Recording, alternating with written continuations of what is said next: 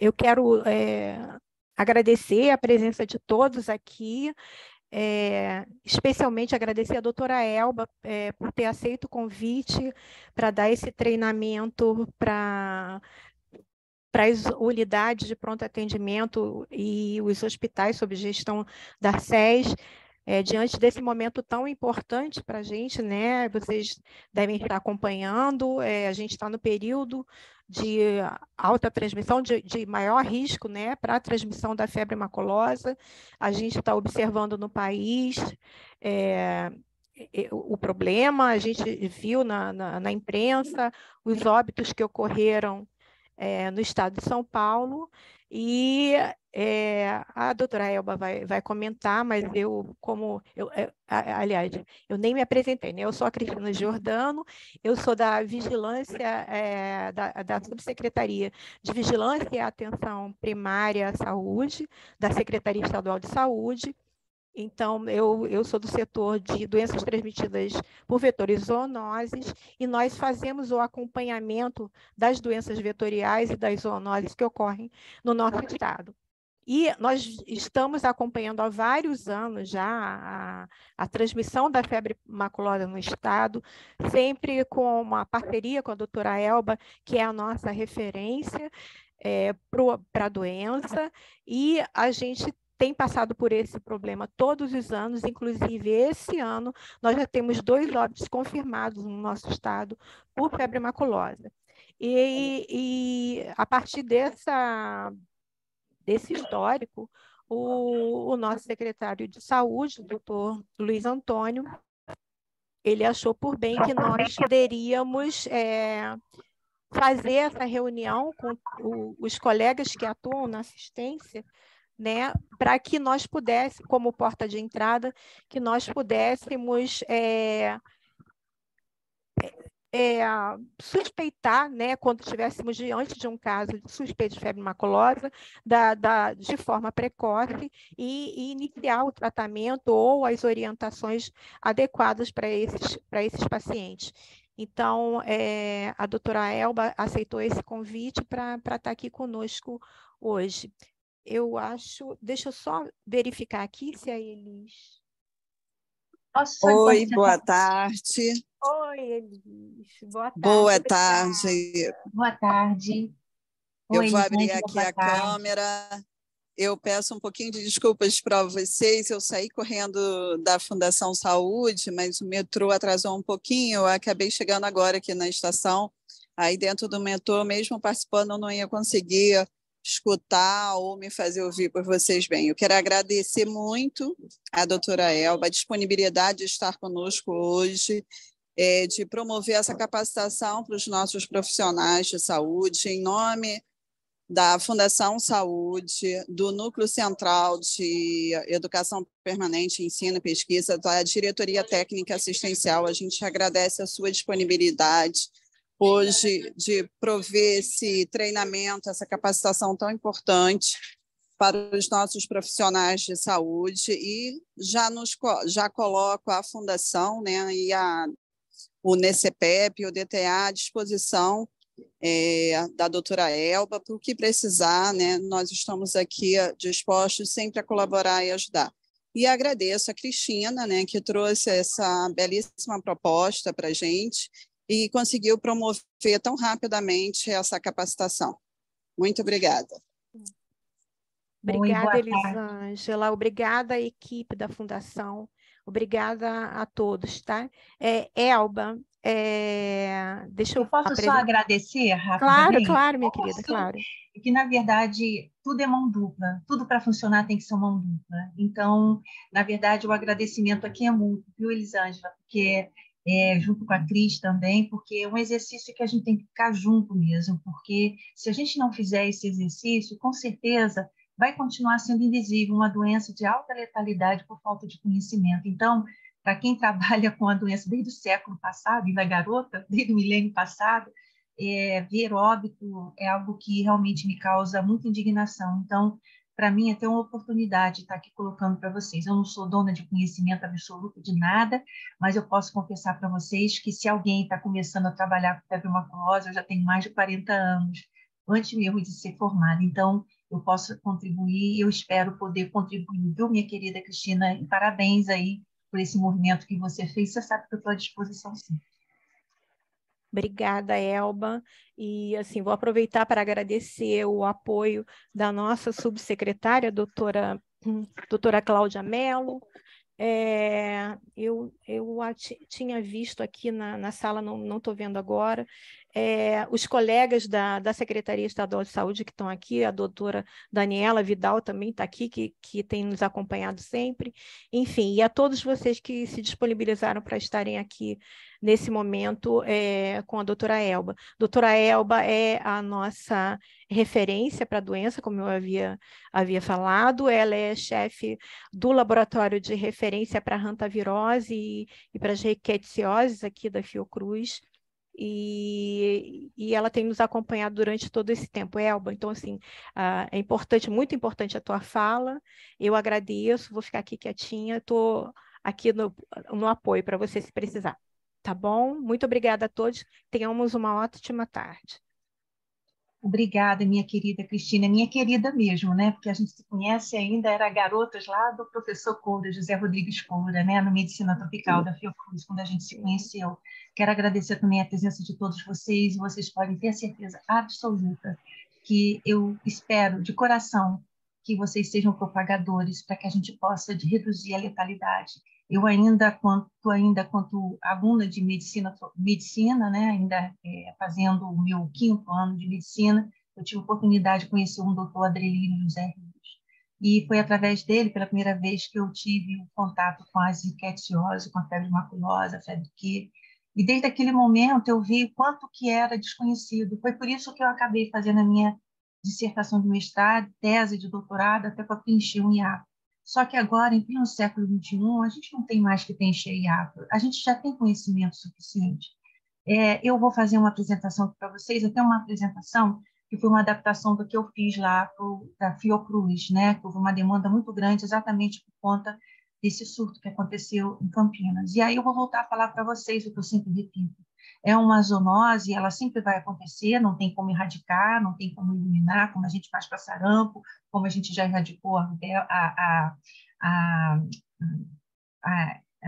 varíola. Então, a gente tem que saber conviver. Eu sempre comento que são doenças que não têm impacto numérico, né? São doenças que, diferente da dengue, da própria Covid, a gente não vai ver números. Mas o impacto pensando em saúde pública é um impacto qualitativo. Os poucos casos que ocorrem evoluem para o óbito. Então, vocês imaginem se tem 100 pessoas que adoecem de dengue, 1 a 2 podem evoluir para o óbito. A febre maculosa não. Pode chegar a 40, 50, e dependendo do local, se ninguém pensar, pode ser todo mundo evoluindo para o óbito. Então, é muito importante que esteja na pauta aquilo que a própria Cristina Giordano colocou, né? Esse período é um período que a gente tem que ficar mais atento, porque não é fácil. E eu sempre comento, é perverso até para nós do sistema de saúde, nós que somos profissionais de saúde, porque são doenças muito semelhantes. A febre maculosa, no início, ela é muito parecida com uma série de outras doenças. Então, o que acontece? Se a gente for só pensar, e a gente acaba só pensando naquelas doenças, por exemplo, um pleno surto de dengue, numa emergência, a gente vai pensar na febre, vai pensar em dengue, não vai pensar em febre maculosa. Mas aí é que está a diferença. Um profissional que foi sensibilizado, ele vai fazer a inclusão, porque eu comento, a febre maculosa, ela não pode ser um diagnóstico de exclusão, tem que ser um diagnóstico de inclusão. E é nesse espírito que eu vou fazer essa apresentação aqui para vocês, confirmando que não tem nada novo e que, infelizmente, tudo está acontecendo agora com maior visibilidade. Infelizmente, ou felizmente, né? Mas eu digo até infelizmente porque passou a ser necessário ter vítimas fatais com grande projeção social para poder acabar na mídia. Porque uma coisa é certa, os óbitos continuam acontecendo, infelizmente não tem essa divulgação que a gente teve agora, até pela própria falta de repercussão social que a gente acaba vendo aí nesses casos que ocorreram em Campinas. Então, deixa eu só passar isso aqui para não atrapalhar aqui a visão. Então, febre maculosa brasileira, tá? Aqui no Rio de Janeiro, e eu vou dar ênfase ao diagnóstico e o tratamento oportuno, tá? a gente vai ter que demorar um pouquinho por conta até do computador que está bem pesado, um laptop. Então, não tem nenhum conflito de interesse nessa apresentação. Tudo que eu vou apresentar aqui ou de passivo próprio, ou então é onde tem a ação livre, né? Eu vou dividir essa apresentação em considerações gerais, um breve histórico no Brasil, para que vocês saibam que não tem nada novo, muito velho. A patogenia e manifestações clínicas passa a ser muito importante para a gente entender a urgência, né, de tratamento diante de uma suspeita. Casos isolados de surto da febre maculosa no Rio de Janeiro, vou dar alguns exemplos práticos para que vocês saibam. Não dá para esgotar, é só para poder exemplificar mesmo. E vou dar uma ênfase ao diagnóstico laboratorial e tratamento, e no final eu faço alguns comentários para a gente fechar. Em termos de considerações, é importante que a gente veja aqui que se trata, na verdade, a Rickettsia, né? É uma bactéria que até a década de 1970 ela era até estudada dentro do campo da virologia, por ser uma bactéria intracelular obrigatória. Ela é diferente do Staphylococcus, ela precisa estar dentro de uma célula. Ela é uma protobactéria do subgrupo alfa-1, e lá a gente vai ver que tem um grupo, dentro desse subgrupo alfa-1, tem a febre maculosa, com mais de 26 espécies, com cerca de 19 que causam doença humana, além do tifo epidêmico, endêmico. Nós temos aqui no Brasil, apesar de não ter com frequência, tanto o tifo endêmico, o tifo epidêmico, mas é extremamente silencioso. Lembrar que o tifo epidêmico é a única rickettsiose que causa epidemia. Febre maculosa não dá epidemia. São casos isolados ou pequenos surtos, tá? Lembrar que a gente também tem as bartoneloses, o alfa-2 e a gama-febre Q, que muito embora taxonomicamente, com o advento da biologia molecular, elas foram separadas, né? Mas elas continuam sendo estudadas no campo da rickettsiologia. Ali está a classificação no quadrinho, mostrando, né, que uma alfa da ordem Rickettsialis e o gene Rickettsia. Aqui embaixo a gente tem uma fotografia, uma microfotografia, que é até uma imagem que a gente encontra até no site do CDC, mostrando um hemócito, que é uma célula carrapato corada em azul, e vocês vão ver lá que é uma bactéria gram-negativa, está corada em vermelho. Não se cora pelo gram, a coloração é o Guinsa, tá? Então, aí a célula corada de azul, com núcleo, e em vermelhinho, mostrando que são corpos bacilares com polimorfos, né, em termos de formato, e que são intracelulares obrigatórios. Aí a gente está reforçando que se trata da febre maculosa. Eu não vou esgotar aqui, mas só para colocar para vocês, até de um capítulo de livro que recentemente a gente publicou, mostrando para vocês, reforçando, né, o grupo da febre maculosa, que são as principais, os mais importantes que causam doença humana. Lá embaixo, no cinza, a gente vai ver aquilo que eu já falei, o tifo, a febre Q, a erliquiose, que em veterinário sabe da importância da erliquiose na plasmose, nos animais, nos cães. A bartonelose, que é a doença da arranhadura do gato. Eu estou colocando isso porque, se a gente for ver até a questão da notificação, vocês vão ver que tem lá febre maculosa e outras rickettsioses, e aí se enquadra. E é claro, no mundo globalizado, a gente não pode esquecer que a gente pode ter uma orienta Tsugamushi ali, olha, tifo do cerrado, que é lá do Oriente, né, mas que pode o indivíduo, né, viajante, trazer, e a gente precisa estar atento para essa possibilidade. Mas eu vou chamar a atenção realmente, que é motivo aqui da nossa conversa, o grupo da febre maculosa causada pelo gênero Rickettsia. E ali eu marquei em negrito as duas espécies que têm importância aqui no Brasil associadas à doença. Nós temos a Parker, que causa doença maculosa, não é febre maculosa brasileira, também transmitida por carrapato, lembrando que ela não está associada à letalidade, são quadros benignos, e a gente vai poder ver isso. E a Rickettsia, que é o protótipo, é a Rickettsia mais importante, ela está restrita aqui ao continente americano, transmitida por carrapato, é a responsável pela febre maculosa brasileira e também da febre maculosa das montanhas rochosas, que tem uma letalidade muito alta. Aqui, rapidamente falando para vocês, a distribuição das principais, eu preparei esse mapinha só para mostrar para vocês que quando ocorrem surtos, não é raro sempre alguém fala assim, poxa, Brasil tem de tudo, não bastasse mosquito, dengue, malária, ainda tem a febre maculosa. Gente, onde tem carrapato, possibilidade de ter febre maculosa existe. Mais grave ou menos grave, na dependência da espécie. Estou mostrando aqui, sem pretensão de esgotar, essa distribuição mundial. Vocês vejam que no velho mundo, né, na África, na Europa e na Ásia, é onde a gente identifica a maior diversidade de espécies. E aqui no Brasil, aquelas duas que eu já falei para vocês, a Ricketts ricketts, ok? Bem, essa foto eu sempre faço questão de trazer, foi até um colega que encaminhou, preocupado com a febre maculosa, esse indivíduo repleto de picada de carrapato. Todos esses pontos aí, o coitado estava picado por carrapato.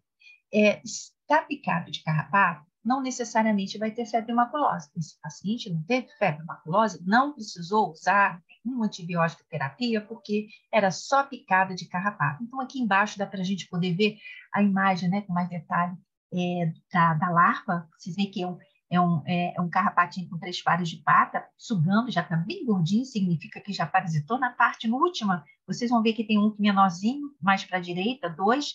Esses aqui não estão tão bem alimentados, e um outro que você percebe que ele já está mais engurgitado, está cheio de sangue. Então, esse carrapato vai ficar aí se alimentando durante mais ou menos 14 dias, que é a fase hematófago, a fase parasitária do carrapato, e ele vai cair no chão, no solo, como está nessa figura do Aragão e Fonseca aqui embaixo, para vocês verem, né? Olha lá a larva, com 3 pares de pata lá em cima.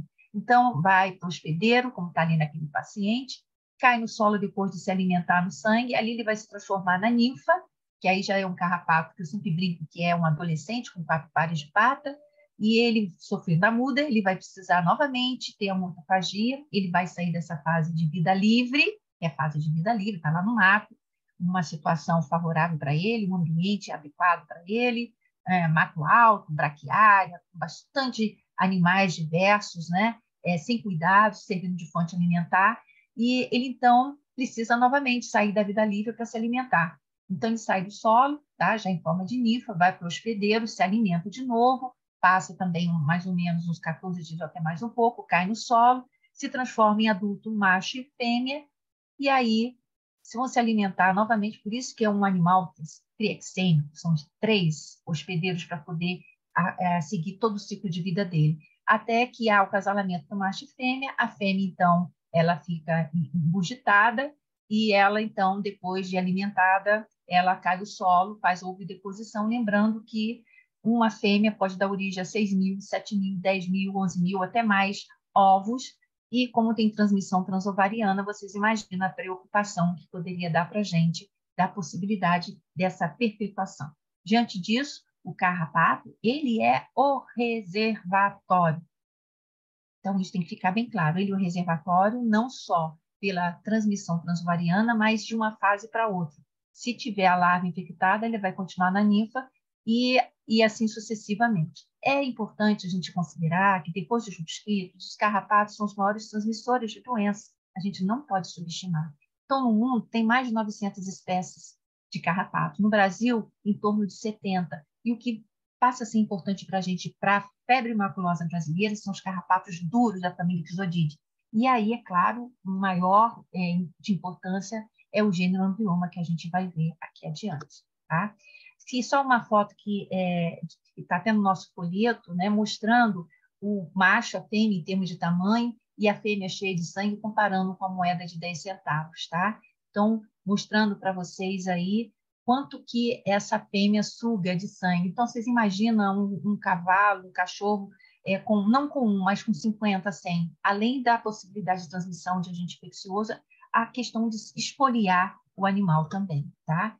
Então, aqui a gente tem que lembrar que quando existe a febre maculosa, a doença, ela vai ter diferentes determinantes para poder ocorrer a doença. A primeira coisa é pensar na espécie da Ricketts. Felizmente para nós, tem muita Ricketts que não causa doença no homem, tá? Uma grande quantidade de Ricketts que não causa doença no homem. Então, a espécie vai ser fundamental para a ocorrência ou não do quadro clínico.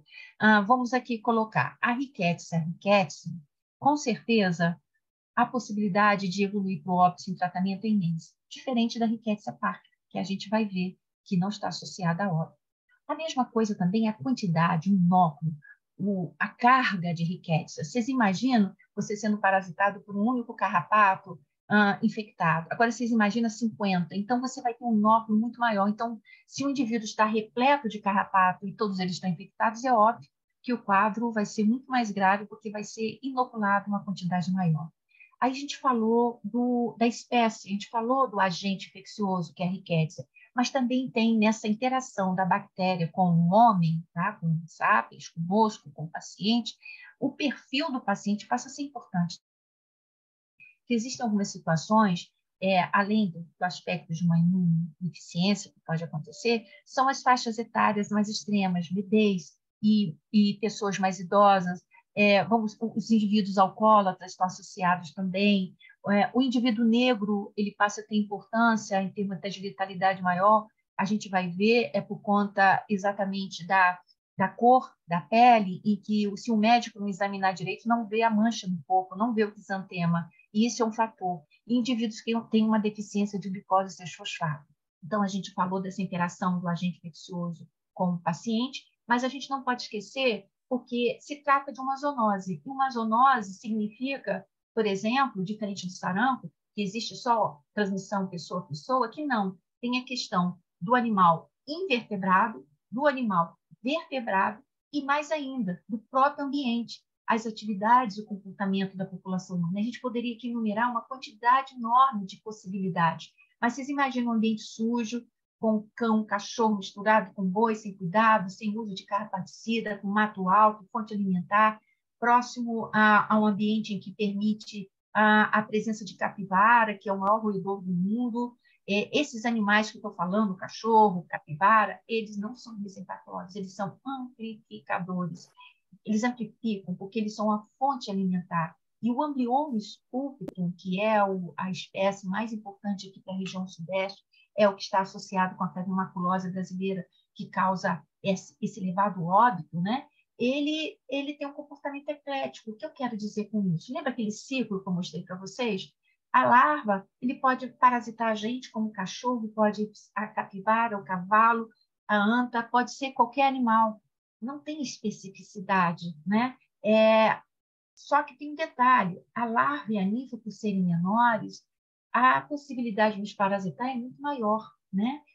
Diferente do carrapato adulto, que a gente vai ver. Então, eles passam a ter mais importância e, fundamentalmente, mais a ninfa. Tá? A ninfa, ela tem uma efetividade maior. Então, eu estou falando também em termos não só do carrapato, mas falando também do comportamento da população humana. A atividade, um ecoturismo que faz, a questão de levar seu cão para dentro de um ambiente silvestre e voltar, porque se imaginar que esse cão pode entrar no ambiente silvestre e trazer um carrapato, que de repente nem é um Amblioma sculptum, é uma outra espécie silvestre, exótica, né, que esteja ali dentro, e de repente traz uma fêmea que faz a ovideposição e cria um foco que não existia, né? A sorte nossa, que aí eu vou aproveitar e falar em relação ao carrapato, que a infecção, os ovos infectados, eles não têm uma viabilidade. A infecção é deletéria, porque senão a gente teria epidemia.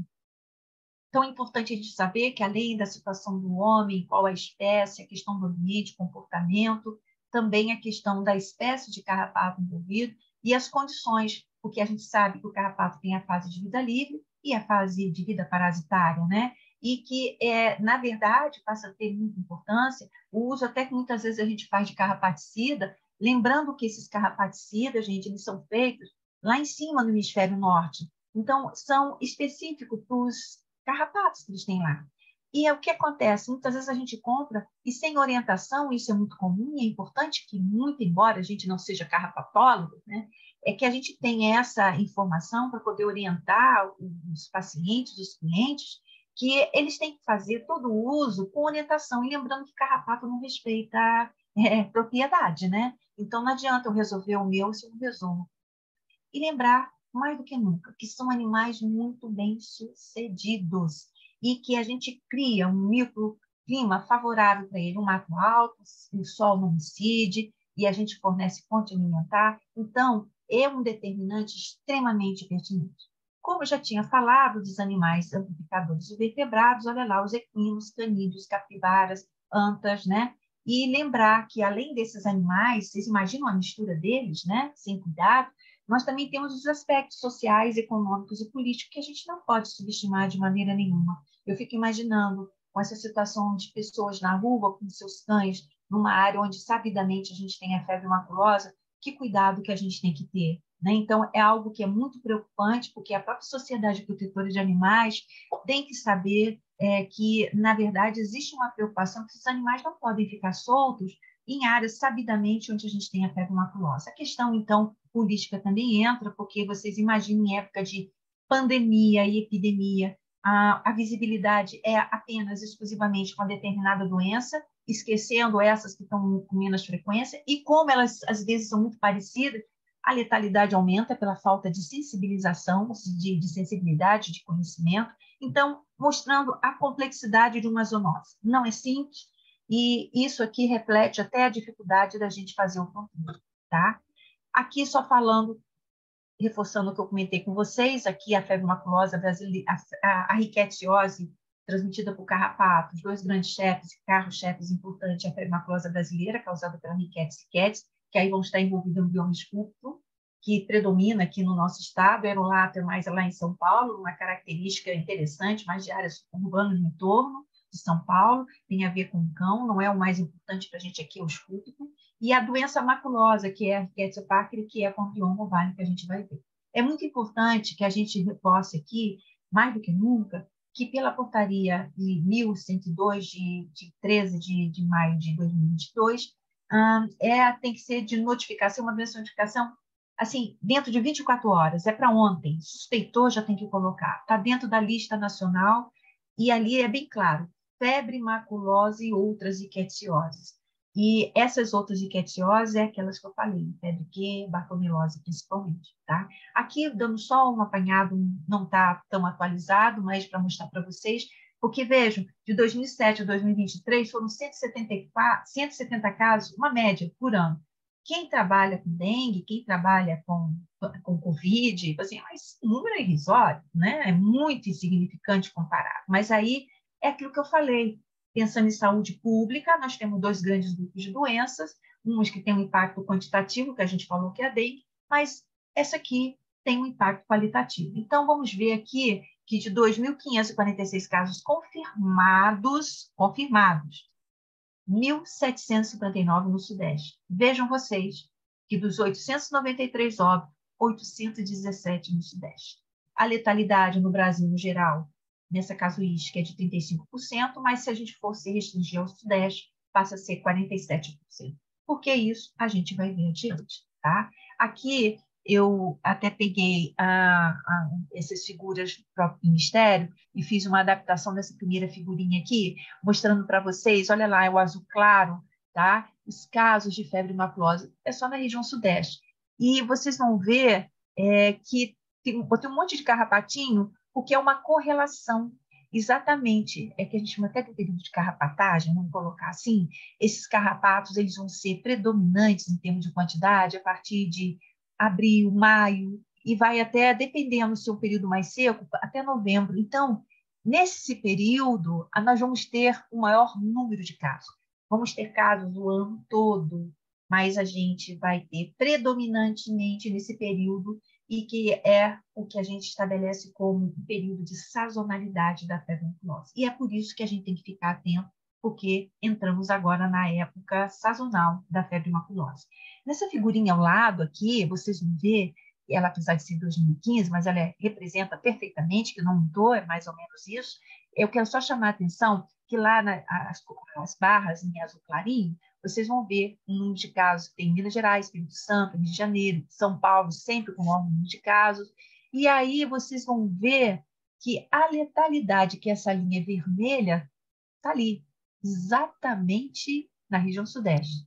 Mas vejam que em Santa Catarina está no azul escuro, que é a incidência de casos. Santa Catarina não tem óbito praticamente, porque não é a Rickettsia ricketts, é a Rickettsia parkeri, tá? Por isso que a gente tem que pensar sobre o ponto de vista também da espécie. Por isso que é importante, sempre que possível, a gente não só fazer o fechamento do caso com base na sorologia, porque a sorologia não vai nos permitir dar a espécie da bactéria.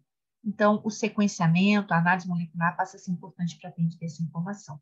Nessa parte de baixo aqui, que a gente vê o mapa do Brasil com 3 cores diferentes, vejam vocês quantos casos são notificados de 2007 a 2020, a 2021. vocês veem que sempre a concentração está na região sudeste, tá?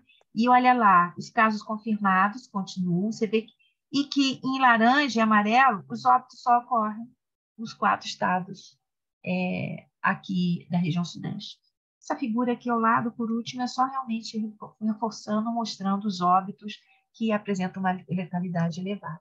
Esse também eu peguei no site do próprio Ministério, mostrando para vocês aqui que é uma doença que acomete mais os homens, 70%, olha lá, entre 20 e 64 anos. Lembrando que 70% necessita de hospitalização, e essa hospitalização está, na maioria das vezes, associada ao retardo no diagnóstico, porque é extremamente possível, é factível fazer o tratamento ambulatorial se a gente trata precocemente, se a gente identifica precocemente, e a letalidade no Brasil, de uma forma geral, 32%, considerando o maior número de casos em Santa Catarina com letalidade praticamente zero.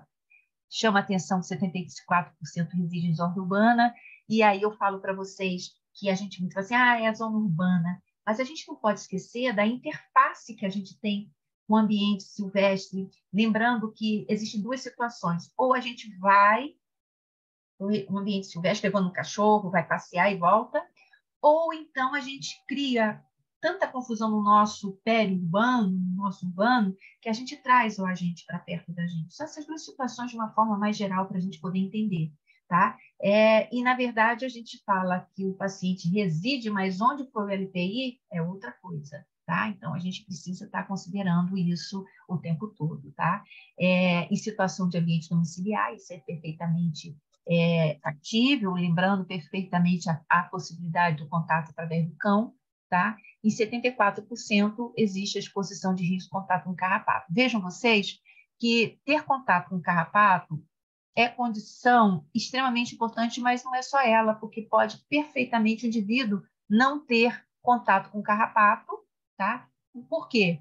Porque, na verdade, ele não vai nem relatar isso, porque, às vezes, é aquele pontinho único que, às vezes, a gente confunde com pinta e fica, porque a larva e a ninfa ela pode permanecer imperceptível. Eu falo isso porque eu sou pintada, então eu já deixei carrapatinha achando que era pinta e já tentei arrancar pinta achando que era carrapato, porque fica imperceptível, tá? Então, são dados para a gente poder ficar atento.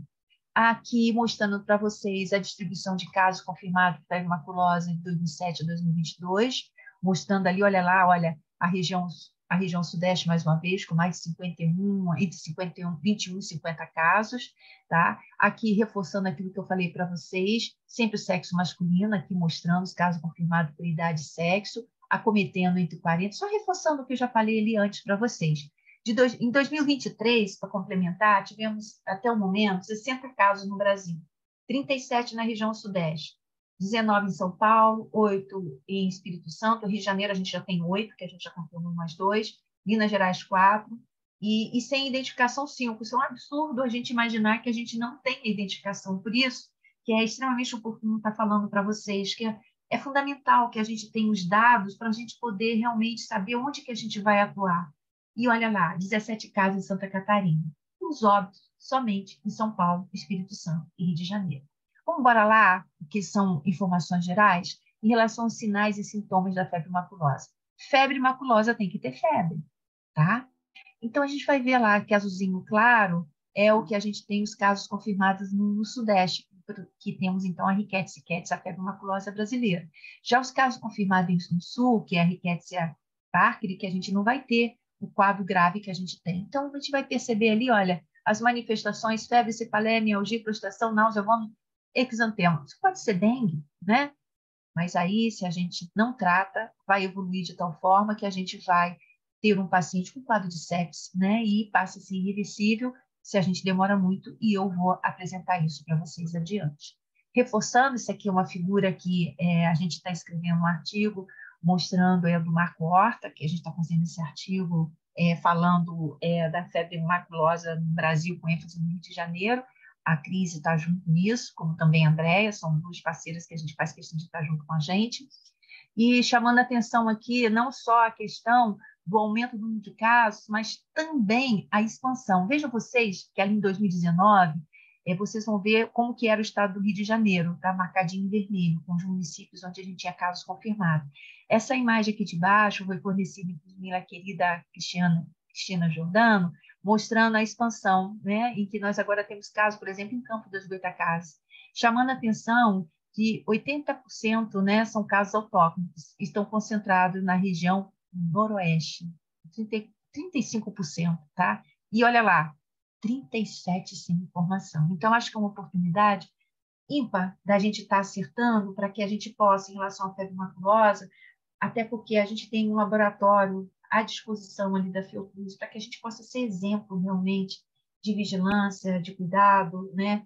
Para que a gente possa fazer uma análise mais próxima da realidade com os dados notificados por todos. Tá? Então, aqui chamando a atenção exatamente para isso, e é uma tendência. Por quê? Eu vou fazer um paralelo. Não temos a doença de Lyme aqui no Brasil.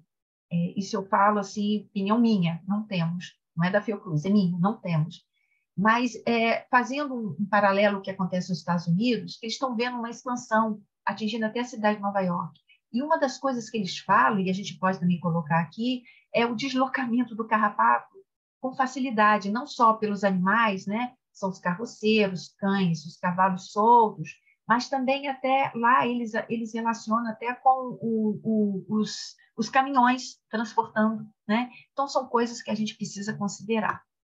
Aqui, só reforçando, mostrando a distribuição, só para dar um reforço. Aqui são dados também da Cristina Giordano, né, mostrando mais uma vez assim, a letalidade, né, no período de 2012 a 2023, com quase 40% de letalidade, só mostrando realmente que 70% são internados, isso em concordância com o que a gente viu lá nos dados do Ministério. Tá?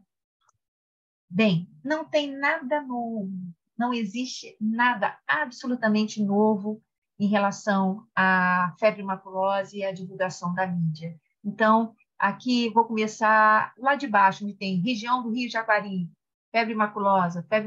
Isso foi em 1992, 91. Era a minha tese de doutorado, numa época que, assim, melhor, foi finalzinho da década de 1980.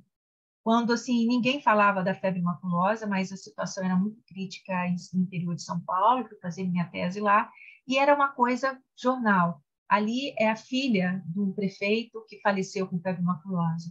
Os pequenos surtos acontecendo, né, com essas duas crianças, mais um parente, né?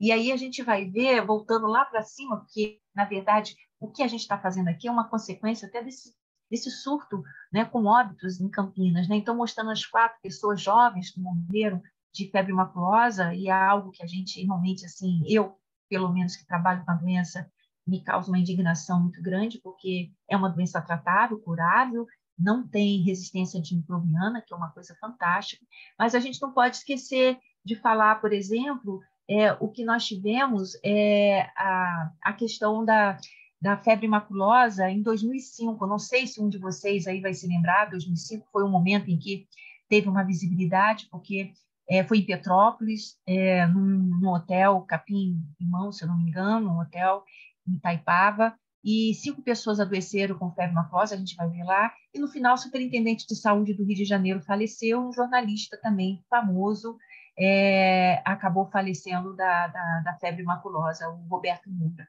Teve uma repercussão muito grande, mas a gente também não pode esquecer do que aconteceu na Suípa, que eu vou falar também com mais detalhe lá para vocês, que a febre maculosa passa a ser considerada também uma doença ocupacional. 5 funcionários da Suípa morreram de febre maculosa, tudo confirmado.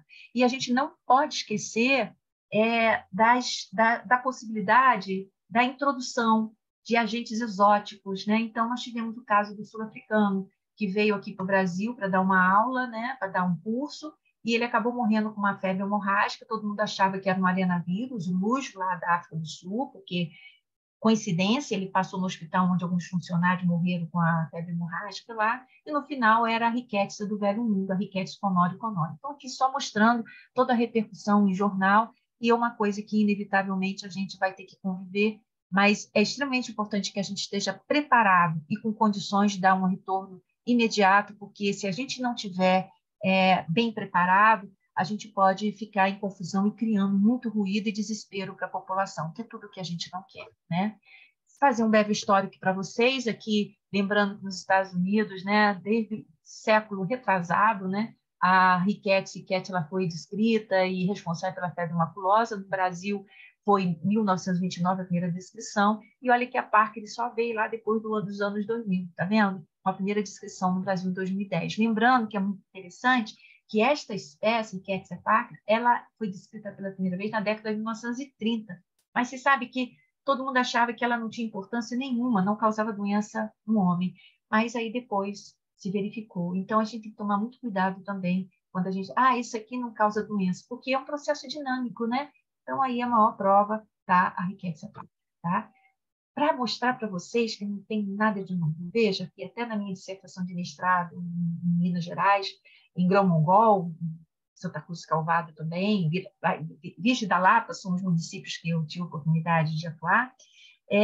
Ali, quando a gente vai fazer levantamento, já mostra que desde o século XVII já tinha informações que são compatíveis com a febre maculosa, febre que pinta, pintada, e outras denominações, inclusive também no interior de São Paulo, sarampão, sarampo preto, febre tifoide hemorrágica e febre tifoide das montanhas. Então, não tem nada novo. Tem casos, então, que ficaram diagnosticados praticamente nesses 3 estados, apesar de ser uma divulgação muito deficiente, porque não tinha internet, mas era uma doença de grande interesse. O Brasil produzia vacina. Um dos maiores rickettsiologistas era o Rocha Lima. Tanto que o nome Rickettsia foi ele quem deu. Né? Foi ele que quase morreu de ricketsiose, não a febre maculosa, mas o tifo durante a Primeira Guerra Mundial, mas mostrando para vocês assim, que o Brasil era um país com muita informação em relação à riqueza. Temos trabalhos primorosos, né? E aí passou a ter um hiato de 1946 e 1975. Vocês sabem por quê? Alguém tem ideia? Por que passou a ter um hiato nesse período? Bem, eu vou falar. Antibiótico. Nesse período, nós já tínhamos disponível o quê? O famoso Tetrex, que responde. Então, simplesmente tiveram pouquíssimos casos por conta do antibiótico disponível, que o famoso Tetrex todo mundo comprava, tomava, e que era. De 76 a 1996, os casos começaram a acontecer de novo, todos eles praticamente no segundo semestre. Por quê?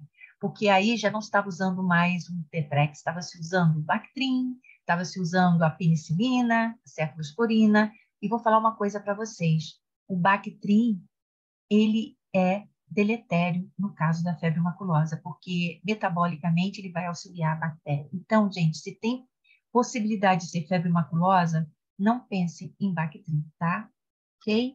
Aqui mostrando para vocês que a história da febre maculosa, da rickettsiosi, sempre foi associada à morte dos profissionais que trabalhavam com ela. Tanto que para eu trabalhar, não foi uma coisa muito fácil, não, porque todo mundo tinha muito medo e eu vivia sendo expulsa de laboratório para poder fazer o isolamento. O próprio Ricketts, que é ali na primeira fotografia, ele morreu exatamente manipulando o tifo epidêmico no México. O José Lemos Monteiro, que tem o mesmo sobrenome meu. Alô? Tudo bem? Estão me ouvindo? Elba, estamos sim. Eu vou pedir para que fechem o microfone, por gentileza. Elba, só pode ter uma pessoa controlando a sala, aí só está com você. Tá certo. Tá? Aí você pode tirar o áudio, a fala de todo mundo, se você precisar. Deixa eu tá? Colocar aqui.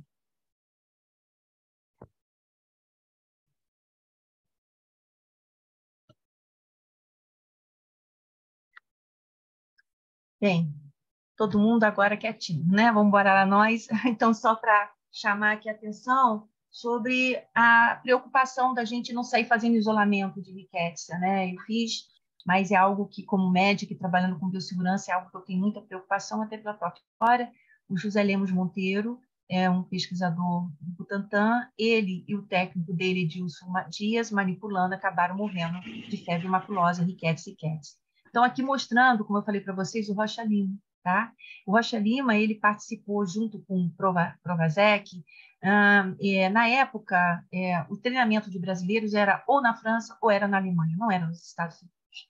E o que aconteceu? Ele foi para lá fazer o treinamento e teve a determinação de superiores para que eles fossem para o fronte, porque estava tendo uns casos fatais, era o tifo epidêmico, que é através do piolho do corpo. Rocha Lima e Provazek, que era outro pesquisador, eles adoeceram porque eles pegaram esse piolho do corpo e adoeceram. O Provazec morreu, Rocha Lima se recuperou, e ele então estabeleceu, em homenagem ao Ricketts, lá em cima, e o Provazec deu um nome a um novo gênero chamado Ricketts Provazec. Então, é importante que a gente saiba, historicamente, que nós tivemos pesquisadores fantásticos, né? O Henrique Rocha Lima e a descoberta da Rickettsia provazec. Então, acho que é importante a gente colocar isso aqui, tá bom? Aqui, dando continuidade, aqui, deixa eu só passar para vocês, acho que ele ficou... Foi? Aqui, rapidamente, gente, só para mostrar que não tem nada novo aqui no Brasil, mostrando para vocês, não só em São Paulo, em Minas Gerais, aí o Otávio Magalhães, maravilhoso, Joaquim Passos, Valejo Freire, olha o Instituto Oswaldo Cruz já falando do tifo neutrófico no Brasil, a febre maculosa, olha lá, os primeiros casos de febre maculosa no Rio de Janeiro, bem caracterizado, foi em Itaboraí, na década de 1940, tá? Então, só para poder chamar a atenção, aqui mostrando diversos estudos na década de 1950, não só a febre maculosa, mas também o tifo murino, que é o tifo que é transmitido pela pulga, e com a epidemiologia muito parecida com a leptospirose. E aí eu faço questão de apresentar a imagem do Dr. Adrelírio, que foi ele que instigou, ainda não era nem médica ainda formada, e ele já publicava falando de casos de febre maculosa no Rio de Janeiro, tá? Então, mostrando que não tem nada novo, isso na década finalzinho de 1970, 1980. Aqui, mostrando para vocês, além de eu ter feito um mestrado em Minas, eu fui para São Paulo e fiz um compilado de casos que ocorreram lá no interior, mostrando para vocês 17 casos, né? Infelizmente, todos evoluindo para o óbito, com exceção de 2. Aqui do lado, né, vocês vão ver aqui essa imagem de tecido, de microfotografia, uma imunohistoquímica, e eu faço questão de trazer essa imagem para chamar a atenção de vocês que uma paciente grávida, ela foi fazer turismo, foi picado por carrapato, também lá em Pedreira, perto de Campinas, lá para cima, voltou para sua cidade, ninguém conhecia a doença, e ela acabou falecendo, e aquilo que vocês estão vendo ali, todo vermelhinho, é uma parede de vaso cortado transversalmente, né? E todos aqueles pontos vermelhos são Rickettsia, são verdadeiros ninhos de Rickettsia. Então, isso que a gente está vendo aqui, a gente encontra em todos os órgãos e tecidos. Infelizmente, essa paciente faleceu e a gente não identificou a transmissão transplacentária, né? Então, mostrando para vocês que, infelizmente, para poder chegar ao diagnóstico, muitas vezes é por óbito. Nesse mesmo período, até tentando resgatar a informação, também uns estudos que a gente fez com os carrapatos, aqui na figura onde a gente vê esses gráficos, essas figuras, eu coletei mais de 43 mil carrapatos, mostrando uma sazonalidade. Vocês vão ver ali que o aumento das larvas e das ninfas exatamente a partir de maio, junho, julho, agosto, correspondendo à maior ocorrência dos casos clínicos nesse período. Aqui, rapidamente. E vamos lá. Termo de patogenia. A transmissão, gente, é exclusivamente pela picada de carrapato. Embora existam relatos, publicações, sabe aquela história de você pegar um piolho e apertar na unha para matar? Se você faz a cutícula, tá? Você pode permitir que a secreção, né, infectada, né, com Rickettsia possam ser introduzida. Ou então você esfregar o olho. E existe relato na literatura muito interessante disso nos Estados Unidos, de um grupo de caçadores, vão caçar, retornam para a casa de um deles e uma senhora, a esposa de um deles, que começa a catar carrapato de todos eles. Ela é que morre, e não eles, né, com a febre maculosa. Esse que é o problema, né, porque ela não tinha uma história de ter ido para o campo. O período de incubação, ele pode variar de 2 a 15 dias, com uma média de 7 dias, lembrando que quanto mais curto o período de incubação, mais grave é. Aí a gente pode fazer uma correlação com aquele indivíduo cheio de carrapato, que vai ter uma carga enorme de Rickettsia, né? E aí o período de incubação vai ser mais curto. Infelizmente, existe uma possibilidade e a doença pode ter uma história natural muito parecida com a meningococcemia, que são raríssimos, de ter um quadro fulminante rápido que não dá tempo de fazer nada, mas é raríssimo e é importante a gente colocar que na grande maioria são 7 dias, 7 a 10 dias. A imunidade, no momento que quem tem febre maculosa, não vai ter de novo, apesar da suscetibilidade ser universal, todos nós somos suscetíveis, tá? Mas no momento que teve a febre maculosa, até que prove o contrário, até por conta da imunidade humoral e também celular, a gente não vai ter. E a fisiopatogenia está associada à vasculite. Diferente da dengue, em que a gente tem toda uma imunopatologia, né? Existe uma resposta nossa. Na febre maculosa, não. É uma ação direta da bactéria, da própria bactéria. Então, aqui, nesse esqueminha, eu coloco, bem de forma sucinta. O carrapato picou, a gente sabe que o carrapato, diferente do mosquito, ele precisa de um tempo para poder fazer o seu repasto sanguíneo. Então, como que é? Ele tem um aparelho bucal, né? Em que tem tipo uma tesourinha que é aquele víscera, ele corta e ele introduz aquele aparelho bucal, ele faz tipo uma âncora, libera um monte de substância, tanto que a gente não sente dor, anticoagulante, e joga uma substância parecida com cimento que fixa. E aí o que acontece? Ele começa a sugar o sangue, diferente do mosquito, que logo sai, ele não. Ele vai ali sugando sangue, e quando ele começa a sugar o sangue, ele vai ser ativado metabolicamente. Eu falei da transmissão transovariana, né, que passa a ter uma importância. Na alimentação, e até para transmitir a bactéria para nós, existem as glândulas salivares. Então, no momento que o animal começa a se alimentar, o carrapato, começa a ter ativação metabólica, as células das glândulas começam a se multiplicar e com elas também as bactérias. E o carrapato literalmente cospe, joga saliva repleta de bactéria, da Rickettsia. É claro que pode ser outros agentes, mas especificamente para a febre maculosa, a Rickettsia rickettsii. E aí, no momento que inocula essa Rickettsia através da pele, vai ser disseminado dos vasos sanguíneos e linfáticos. E como elas são intracelulares obrigatórias, elas não vão ficar circulando o tempo todo como estáfilo. Elas têm que entrar têm que ser oxigênio pelas células do endotélio, células endoteliais. Então, eles vão fazer uma adesão através desses receptores, né, tanto a OPA e a OPB, que são proteínas de membrana da bactéria, e ali acontece o quê? Proliferação, uma lesão direta, tá? E, ao mesmo tempo, uma reação inflamatória conjunta. E a gente vai ter uma vasculite sistêmica multifocal, significa que a gente vai ter lesão dos vasos mais variados possíveis, tá? De microcirculações, principalmente por conta dessa ação, tanto da ação direta da bactéria, como também a inflamação. Isso tem uma consequência muito importante para o diagnóstico. Diferente da dengue, em que a gente tem anticorpo no início da doença, lá no terceiro, quinto dia a gente começa com anticorpo, na febre maculosa não, porque não é ação de anticorpo, é ação direta, destruindo a parede do vaso pela bactéria. Então, não adianta fazer sorologia de imediato, porque a gente não vai ter anticorpo, não deu tempo. E tem uma outra consequência muito importante, que para o carrapato inocular a Rickettsia rickettsii, ele precisa de um fator, o fator tempo. Tendo isso, então, de conhecimento nosso, a gente vai ter o cuidado de não permanecer com o carrapato aderido mais do que 3, 4 horas, que vai ser o tempo necessário para metabolicamente as glândulas salivares começarem, as células se multiplicar e o carrapato literalmente cuspir e inocular Rickettsia rickettsii, tá? Então, a fisiopatogenia, a questão desse fluxo aqui, ajuda a gente a entender não só a questão do diagnóstico, como também a necessidade da gente, em termos de prevenção, de cuidados, né, de se autoavaliar e não permitir que o carrapato permaneça durante muito tempo fixado no corpo. É uma doença muito sistêmica dos vasos sanguíneos, aparelho dos vasos, uma doença muito sistêmica. Então, o início da doença, depois daquele período de incubação médio de 7 dias, o indivíduo vai apresentar um quadro influenza-like, semelhante à influenza, semelhante à dengue, semelhante à leptospirose, febre, cefaleia, uma dor no corpo, né? Pode ter uma certa congestão conjuntival. E o que acontece?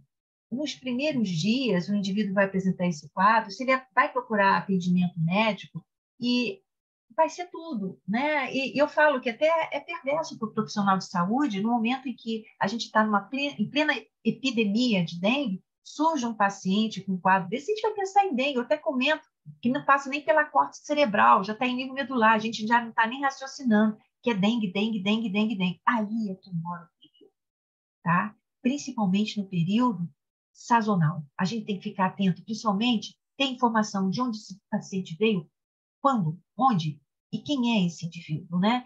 Porque se a gente não tiver mecanismo de fazer uma interferência nessa proliferação, nessa destruição da parede do vaso pela Rickettsia, esse quadro vai só evoluir, O indivíduo vai começar a ter manifestação digestiva, pulmonar, cardíaca.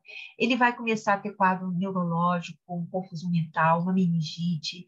Vai ter, no momento em que há uma destruição da parede do vaso, há um extravasamento do líquido de dentro do vaso para fora, hipovolemia, insuficiência renal pré-volêmica, tá? Então, é pré-renal, o indivíduo não tem líquido, o indivíduo começa a ficar edemaciado, tá? E aí ele vai ter falência de múltiplos órgãos, um quadro de insuficiência respiratória, hemorragia, coma, e, além disso, é importante que a gente chame a atenção de que é uma doença, por isso que é febre maculosa, porque ela está associada a exantema, a um rush. 100%? Não, e a gente vai ver. E como começa? Logo no início, né, na febre maculosa causada pela rickettsias, a gente vai ter uma maculopapular, a gente vai ver uma imagem aqui. E se a gente não trata, né, a bactéria vai destruindo de tal forma que pode evoluir para o petequial, que são aqueles pontinhos, e evolui tanto que passa a virar uma equimose, e, inclusive, o indivíduo pode apresentar, no caso da febre maculosa, um quadro muito parecido com a meningococcemia, muito parecido com a própria peste, em que vamos ter necrose, perdas, inclusive autoamputação. A questão das outras alterações aqui não é com a febre maculosa causada pela rickettsias, que a gente vai ver lá adiante, tá? Esse exantema vai surgir lá no segundo, terceiro dia, até o quinto dia de doença. E tem uma característica muito interessante, que acomete mais as extremidades. Ela é centrípeta, ela começa das extremidades e vem para o centro, tá? Mas tem um detalhe importante. Pega também palma de mão, planta de peste. São poucas as doenças exantemáticas que a gente tem acometimento de palma de mão e planta de peste. Mas isso é o do livro, é o que a gente vê que é muito característico. Existem situações em que a gente não vai ter um exantema, ou não vai ver um exantema. Aí entra o indivíduo melanodérmico, indivíduo negro, porque se o médico não examina, não vai identificar. Aqueles indivíduos que tomam uma medicação precocemente, o antibiótico, também podem não apresentar o exantema. É muito raro, mas tem relato em literatura, de uma forma viscerotrópica. Aí fica muito difícil, né? Porque a vasculite não vem para a pele. O indivíduo apresenta um quadro simulando uma apendicite. Vai para a cirurgia, como é relatado nos Estados Unidos no século passado, e o quadro passa a ser gravíssimo, porque não foi feito o diagnóstico, tá? Então, aqui, só para chamar a atenção de vocês. Reforçando, olha lá, olha, ausência do exantema em 15% a 20%. Isso depende da literatura. Idosos, negros e pacientes com terapia específica precoce. Mas a gente tem aqueles casos fulminantes que eu falei para vocês. Quero chamar a atenção para isso aqui. Isso é casuística americana. Mais de 80% dos casos fatais não apresentam rash quando visto pela primeira consulta médica. Guardem isso, porque a fatalidade vai estar exatamente nesses dias primeiros, onde não tem a mancha, não tem o exantema, então a gente não vai pensar. Por isso que é muito importante a gente perguntar, e eu fiz um algoritmo lá até para discutir com vocês, pensando exatamente nessa situação de um indivíduo que não tem o exantema, o que a gente faz se tem uma história rica, né? A gente pede para voltar em 24 horas. Isso aí é estratégico, tá? Ali, só chamando a atenção daquilo que eu já tinha comentado. Aquele exantema macular, que evolui para o maculopapular, depois petequial, e se a gente não trata, lesões equimóticas e purpúricas, que pode levar à necrose, tá bom? Vamos nós? Aí eu vou falar para vocês os casos isolados e surtos, exemplificando o que a gente teve aqui no Rio de Janeiro. Aqui, de uma forma geral, falando aqui de um caso fatal de um homem de 56 anos de Barra do Piraí. Eu tenho uma experiência fantástica com... Eu não sei se temos aí o representante de Barra do Piraí, que eu sou extremamente agradecida pela parceria maravilhosa que nós tivemos dentro do contexto da própria febre maculosa. É um município que sempre houve uma atuação maravilhosa mesmo, até já fizemos um exercício até com os alunos da própria Secretaria Estadual, falando sobre febre maculosa, trouxemos as melhores redações aqui para a Fundação Oswaldo Cruz, uma forma de sensibilizar, porque eu acho que não adianta a gente ficar só como profissionais de saúde, é muito importante a gente extrapolar, sair do nosso conforto quanto profissionais de saúde e levar para as escolas, porque eu acho que as crianças ajudam muito.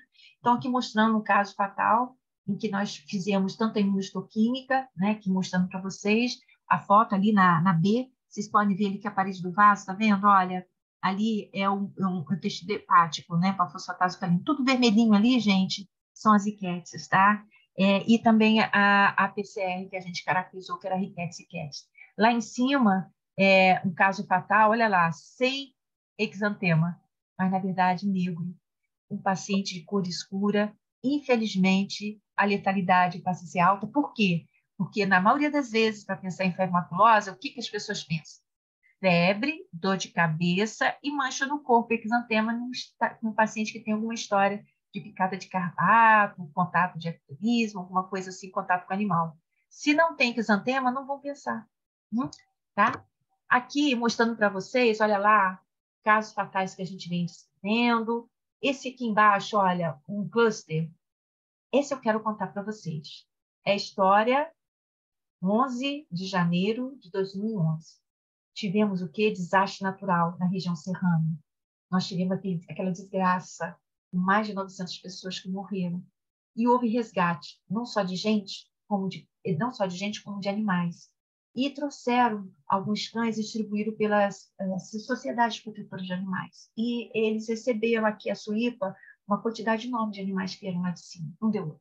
5 funcionários morreram de febre maculosa, porque houve deslocamento de cães infestados. A gente sabe que existem locais que são focos de febre maculosa, né? Esses cães, então, foram transportados. Para vocês terem uma ideia, dos cães avaliados, 97% tinha sorologia positiva com título acima de 2024. O corte de título é de 64, só para vocês terem uma ideia, tá? Aqui só mostrando mais outros casos que a gente caracterizou de febre maculosa, aqui no Rio de Janeiro. E, por fim, chamar a atenção de vocês de uma riquétsia que a gente confirmou aqui, mas é lá de um paciente fazendo um ecturismo na Chapada Diamantina, e que era riquétsia parca. E a gente vai ver essas imagens lá na frente, tá? Vamos embora lá?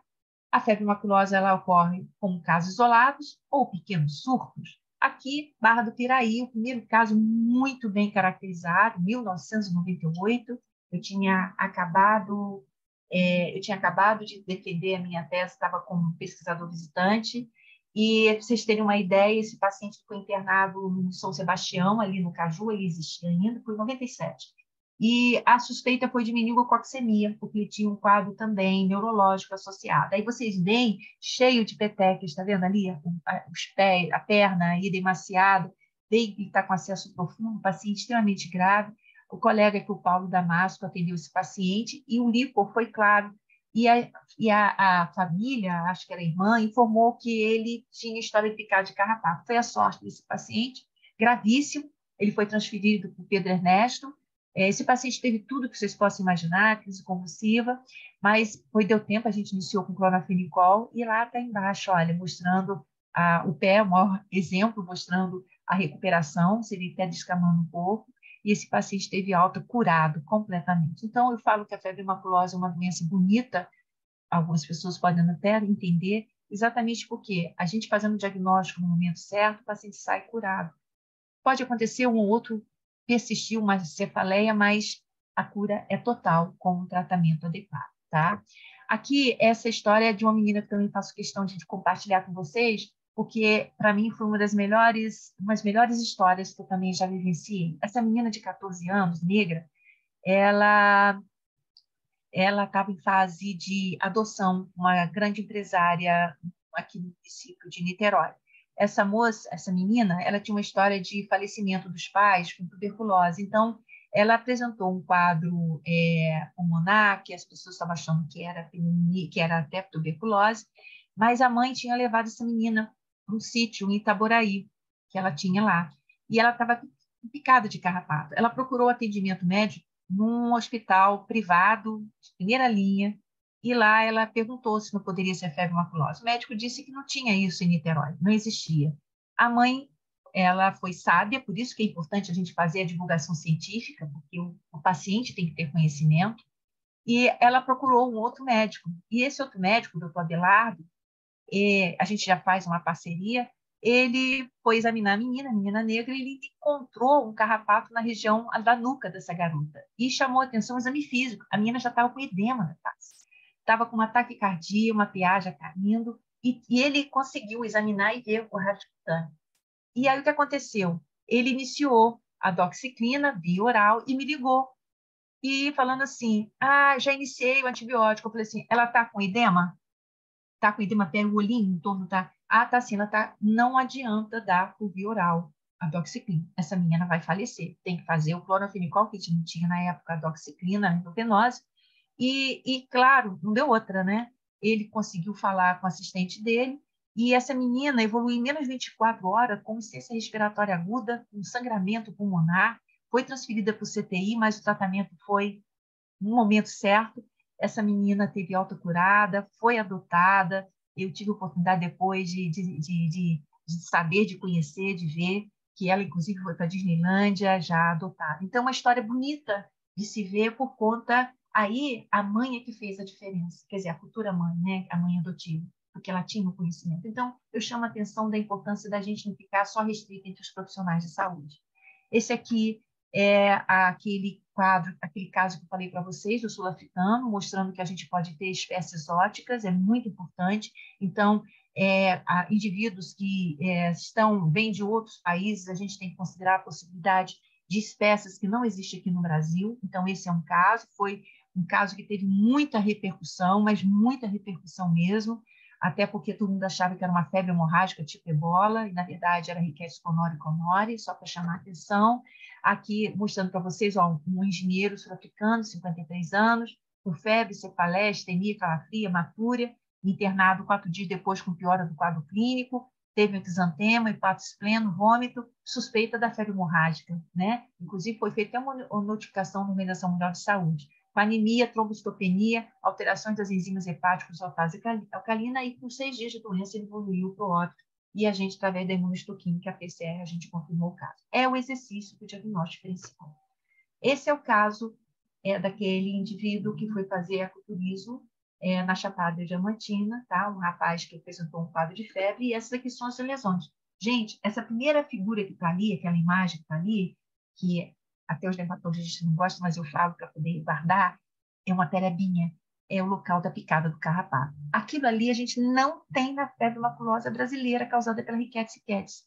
A porta de entrada da picada de carrapato na febre maculosa brasileira pelo amblioma escúpito não tem aquela porta de entrada. Esse aqui é da Parker. Vocês veem que, além de ter caracteristicamente e exclusivamente para ela, quando comparado com a febre maculosa brasileira, nós temos um exantema, olha lá a segunda figura no meio, umas pápulas, a gente parece que é alergia, olha lá o braço, e enantema afta. Agora, tem que ter conhecimento para poder chegar a esse diagnóstico. Então, gente, lembrando, depois dos mosquitos, carrapatos são os maiores transmissores de doença. E a gente só vai fazer o diagnóstico daquilo que a gente tem conhecimento. Esses são os casos que eu coloquei para vocês. É claro que nós podemos ter casos que eu não trago aqui, mas está disponível. É só entrar no YouTube e entrar no Dr. Google, que vocês vão ver aquelas lesões de equimoses importantes, com necrose, com perda de extremidade, casos gravíssimos, com icterícia, com hemorragia, tá? Simulando a febre hemorrágica mesmo, né? E semelhante à febre hemorrágica, que eu não trouxe aqui. Mas a gente vai ter os surtos. O surto que foi mais emblemático, que mudou, inclusive, a minha vida, porque antes ninguém ligava para a febre maculosa, mas a partir de 2005 as coisas mudaram de uma forma impressionante. E por quê? Exatamente um grupo de 5 pessoas de alto poder aquisitivo que foram para um evento em Itaipava, Petrópolis, 5 adoeceram e 2 morreram.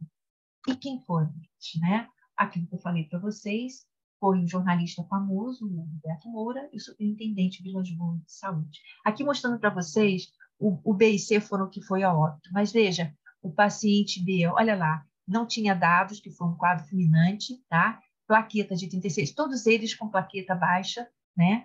Olha o raio-x de tórax com infiltrado bibasal, né, dos dois lados, bilateral. E lembrar para vocês aqui que todas elas, olha, nós tivemos PCR que foi positivo em 2, os outros a gente não conseguiu, foi através da sorologia. Quero chamar a atenção da paciente rapidamente, uma paciente de 38 anos, veja lá, uma leucopenia, isso mostra que No caso de um hemograma, que são testes inespecíficos, exames inespecíficos, a gente pode ter desde leucopenia a leucocitose, como D, 15.400. Mas quando a gente tem 15.400, a possibilidade é que tenha infecção bacteriana secundária, ultra. Mas eu vou voltar aqui para a paciente E. Vejam vocês que ela, na segunda amostra, porque a gente sabe que o diagnóstico sorológico para febre maculosa é retrospectivo, porque no momento da doença não tem anticorpo. Então, a gente precisa da segunda amostra. Vejam vocês que essa paciente ela foi beneficiada pelo conhecimento da ocorrência dos outros, então iniciou-se o tratamento dela de forma bem precoce. Vocês sabem que a gente insistiu na sorologia, e vocês sabem que só na quarta amostra coletada que a sorologia foi positiva. Por quê? Deu antibiótico precocemente e o antibiótico foi clareando, né, no sangue. E com isso, o que aconteceu? Houve um retardo da resposta de anticorpo. Se a gente não insiste, ia dar como um resultado sorológico negativo, mas foi positivo. Então, mostrando aqui, infelizmente, o óbito dessas duas pessoas com grande repercussão, mas foi um marco para a linha, para a pesquisa, para a vigilância, porque a partir de 2005 tudo mudou. Só que, diferentemente de 2005, isso aqui ninguém soube. Em Resende, pai e mãe, era até avós, mais ou menos, né? Um era avô, faleceram de febre maculosa, ficaram 3 crianças, todas com menos de 5 anos, sendo que uma delas ficou gravíssima, ficou internada em CTI, com manifestação hemorrágica, insuficiência respiratória, convulsão, mas curada. Mas, em momento algum, saiu notícia de jornal. E o cluster que eu falei para vocês lá, da Suípa, que foi algo também que a gente tem que ficar atento, gente, porque ninguém está isento, o Brasil não está isento de ter desastres naturais. No momento que a gente desloca os animais, a gente tem que tomar cuidado. Eu vou contar para vocês aqui, que eu tinha esquecido, a história de uma moça que estava fazendo pós-doc na Encelopédica. Essa moça, ela pegou um cachorro de rua, levou para casa, 7, 10 dias depois ela estava morta de febre maculosa. E os cães dela, todos eles com títulos altíssimos, porque ela levou um cão com carrapato que tinha riqueza. Então, é muito importante que a gente tenha esse cuidado por conta do deslocamento. Deslocamento não só do animal doméstico, mas também do animal sinantrópico, que está em todas, que são as capivaras, porque ela é o maior roedor, tem uma área física enorme, e eu posso falar para vocês que até nos meus estudos eu pegava capivara que eram verdadeiras jabuticabeiras, de tanto carrapato que tinha.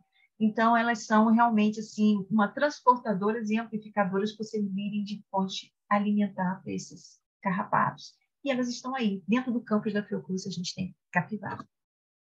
Aqui foi até o que me encaminhou, foi um surto de 2002, em que nós tivemos na atividade Itapebuna, Valência e Três Rios, mostrando novamente as peteques, olha lá o pé, mostrando um edema. Isso aqui, gente, não adianta fazer tratamento por via oral. Por que vai? Por que não pode? Porque da mesma forma como tem esse edema de membros inferiores ali, que a gente está observando, tubo digestivo não vai ter absorção e precisa ter uma concentração adequada do antimicrobiano, né? Para poder atuar contra a bactéria. Então, não adianta socar, e foi isso que foi feito na época até com o superintendente, porque as pessoas tinham medo do clorofenicol. Aí eu até pergunto, o que o clorofenicol vai fazer pelo medo da aplasia? Que a possibilidade mas é raro. O que o clorofenicol vai fazer que a bactéria já não fez? Se não tem doxiciclina, que é a primeira linha, o melhor, a gente tem que entrar com clorofenicol endovenoso, não adianta fazer via oral nesse caso, tá? Aqui mostrando outros surtos que ocorreram em 2011, em Porciúncula, com 11 casos, suspeito, 4 confirmados. Olha lá, os 4 confirmados, 4. O surto em Suípa, que eu já falei para vocês, em 2012, 103 casos suspeitos, 7 confirmados, tá? Aí mostrando os municípios, Barra do Piraí, Bom Jesus da Itabapoana, Itaperuna, Paraty, Rio de Janeiro, Presídio Belfor Roxo. Em 2013, 121 casos suspeitos, 5 confirmados com 2 óbitos, olha lá, Petrópolis, Paraty. Aquilo que eu falo, nós não vamos ter epidemia, mas vamos ter continuadamente casos. E detalhe, eu, Elba, acho que o número está aquém. O número deve ser maior, porque falta suspeição, né? E confirmação a gente tem como fazer. Rio de Janeiro, 2014, foram 4 casos confirmados. Olha lá, Itaperuna, Três Rios, Natividade, São João do Meriti. 2015, 14 casos confirmados, 2 óbitos. Novamente Itaperuna, Natividade, Paraíba, Paraty, Rio de Janeiro e Três Rios. 2016, 11 casos, 6 óbitos. Novamente, Bom Jesus, Tabapuana, Sapucaí, Volta Redonda. E aí, de 2017 a 2019, eu resolvi trazer aqui essas informações, porque o que eu fiz? Eu falei assim, por favor, vamos separar, até porque eu quero chamar a atenção a questão até do diagnóstico feito pela biologia molecular. Aqui nós temos 17 casos, não estou falando de sorológicos, não. Eu estou falando só molecular. Nos 17 casos, gente, 14 foram óbitos. Isso é muito sério. Olha lá, Barra do Piraí, Três Rios, Barra Mansa, Natividade, Itaperuna, Engenheiro Paulo Fortem, Três Rios, aí esse de Belo Horizonte foi a óbito, mas foi de Minas Gerais encaminhado para a gente. Italva, Sapucaia, Rio de Janeiro, Natividade. Então, a gente tem que ficar atento, tá? Dando continuidade, rapidamente, 2020, 18% de letalidade, 21, 43% de letalidade, 2022, 36, e agora 18 casos que nós tivemos confirmados, 2 óbitos. Chamar a atenção que de 2021, 2022, nós tivemos a pandemia. Quero chamar a atenção em Campos, dos Goitacazes, que nós tínhamos uma menina de 5 anos, que no início se achou que era Covid, e no final a gente confirmou era a febre maculosa brasileira, porque realmente o início do quadro é muito semelhante. Diagnóstico e tratamento, a gente já vai terminar. Aqui chamando a atenção que é fundamental o diagnóstico diferencial com dengue. Praticamente quase 100% dos casos fatais no Rio de Janeiro tem um diagnóstico inicial da dengue. Isso é muito importante. Lembrar que temos uma fase inicial precoce que simula uma série de outras doenças. Quando não tem a mancha, não tem o exantema. Dengue, gripe, leptospirose, hepatite, covid e por aí vai. No momento que tem o exantema, gente, além das arbovirose, meningococcemia, endocardite aguda e sepsis são os diagnósticos mais importantes para a gente fazer. A gente não pode esquecer também da síndrome do choque tóxico, a malária, lembrando que a malária a gente precisa também considerar, porque temos aqui no Rio de Janeiro a letalidade alta, porque a gente não pensa na malária, mas também nós temos as doenças não infecciosas, como a farmacodermia, lúpus, eritema sistêmico. Foi uma confusão que foi criada com aquela moça grávida. Eu falei para vocês que estava grávida e faleceu, porque ela tinha artrite, tinha exantema e tinha febre. É diagnóstico diferencial. E o dengue, que eu quero sempre chamar a atenção de vocês. Aqui em relação aos testes laboratoriais, vamos fazer aqui, olha, só para vocês terem uma ideia desse gráfico. Aqui no -7, logo no início, significa o local, o período onde o carrapato inoculou a rickettsia. O período de incubação de 7 dias, ali o indivíduo lá no marco 0 começa a ter febre. Quando ele começa a ter febre, vai até o 5º dia, veja, não tem anticorpo. O diagnóstico vai ser feito ou pela cultura, que a gente tem que tomar cuidado, é classe de risco 3, detecção de antígeno, ou então o DNA, que é a PCR, tá? Fundamental. E olha lá, a gente consegue, até lá no 12º dia, a gente consegue recuperar, né? Até em torno do 10º. Aí vocês vão ver que começa a surgir o quê? A sorologia, IgG e IgM. Por isso que o diagnóstico é retrospectivo. Não pode esperar o diagnóstico, nem molecular e nem sorológico. Suspeitou com um bom fundamento. Tem que ter fundamento clínico e fundamento epidemiológico para iniciar empiricamente o tratamento. Até porque passa a ser uma irresponsabilidade o uso abusivo da doxiciclina e do clorafenicol. Por quê?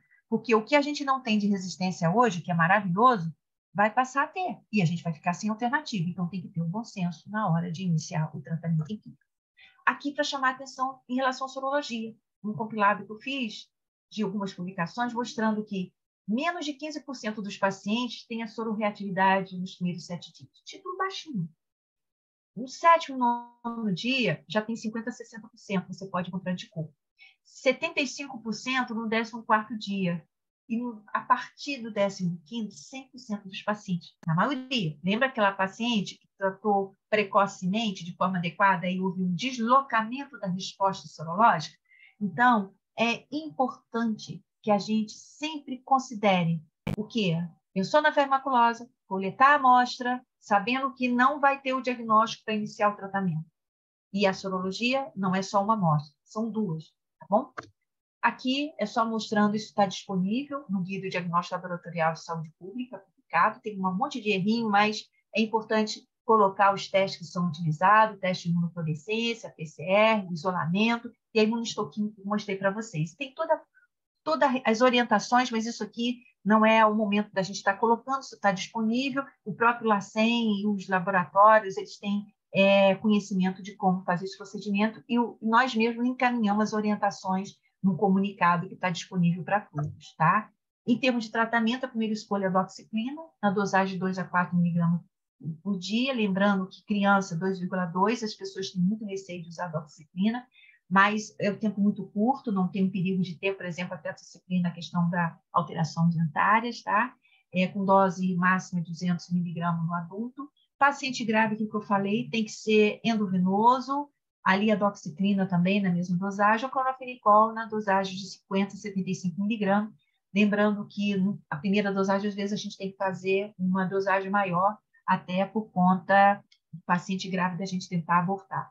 Gente, eu vejo muitas pessoas, não tem, vou entrar com a quinolona, claritromicina. Por favor, os únicos estudos que tem são feitos realmente com a febre maculosa do Mediterrâneo, e são para casos de febre maculosa de menor gravidade.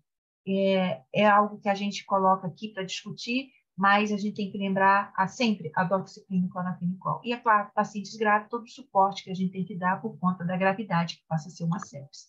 Aqui só chamando a atenção, mostrando os antibióticos recomendados pela literatura americana, deixando bem claro, olha lá, olha, a rickettsial, tá vendo? Olha, a doxiciclina e clonophenicol. Veja que só no Mediterrâneo que a gente vai ter alternativa, ciprofloxacin, vocês vão ver, né? Que não é o caso, josamicina que a gente não tem aqui. Estão mostrando para vocês que só mesmo na Mediterrâneo, lá no Velho Mundo, é que são feitos com outros antibióticos. Vou fazer meus comentários finais.